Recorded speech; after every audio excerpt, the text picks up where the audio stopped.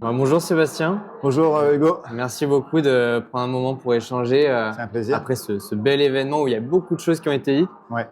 L'une des annonces pour l'instant qui te concerne surtout toi, c'est voilà, ce nouveau bureau et du coup ta présidence au sein de la Sportec. Mhm.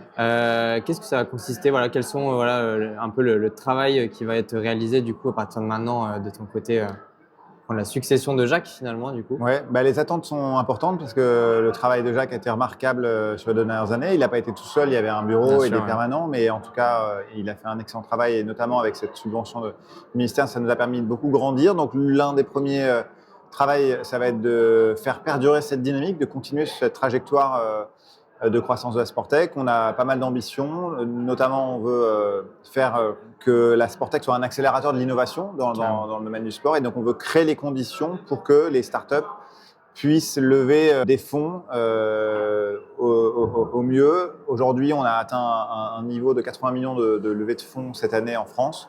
On espère assez rapidement passer durablement le cap des 100 millions Bien sûr, annuels. ouais.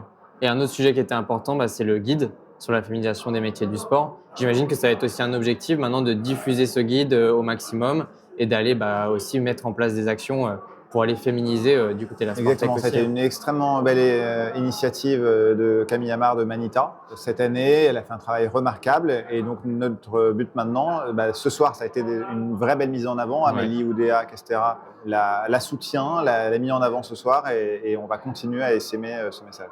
Ok, super. Et pour terminer, tu es aussi fondateur de eGym Wellpass, ancien Gym Libre du coup. Justement, il y a eu ce rebranding récemment qui a été annoncé avec, et je sais que sur LinkedIn, quand tu l'as annoncé, c'était aussi plus d'international, qu'on en parlait justement avec d'autres entrepreneurs qui justement s'intéressaient à ça. Qu'est-ce que ça consiste, voilà, en quoi ça consiste pour vous aujourd'hui, plus d'internationalisation? Est-ce que ça va être aller sur d'autres marchés? Quels efforts ils vont être mis vraiment en place? Ouais. Alors, c'est un changement complet pour la start-up française que nous étions. On devient de fait, en se s'alliant à ces Allemands, parce que le eGym est un groupe Ouais. allemand basé à Munich, un groupe international. On vient de lancer le déploiement aux États-Unis. Donc, effectivement, internationalisation, c'est d'abord et avant tout aller dans d'autres territoires, idéalement avec le même produit pour que Ouais. des clients sur un territoire puissent, avec la même appli, aller dans les salles de sport partout dans le monde. On a fait un M&A au UK d'une startup qui s'appelle Hustle, qui s'était créée d'ailleurs en même temps que Gymlib. On se connaissait les fondateurs à l'époque.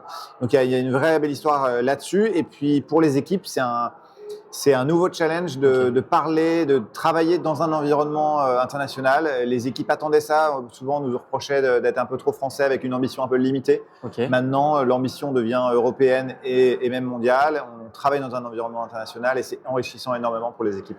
Ok, super. Bah écoute, on souhaite le meilleur à eGym du coup, et puis aussi le meilleur, ta présidence de la Sportec avec toute l'équipe autour. Merci beaucoup pour ton temps en tout Merci cas. beaucoup à toi aussi. Merci.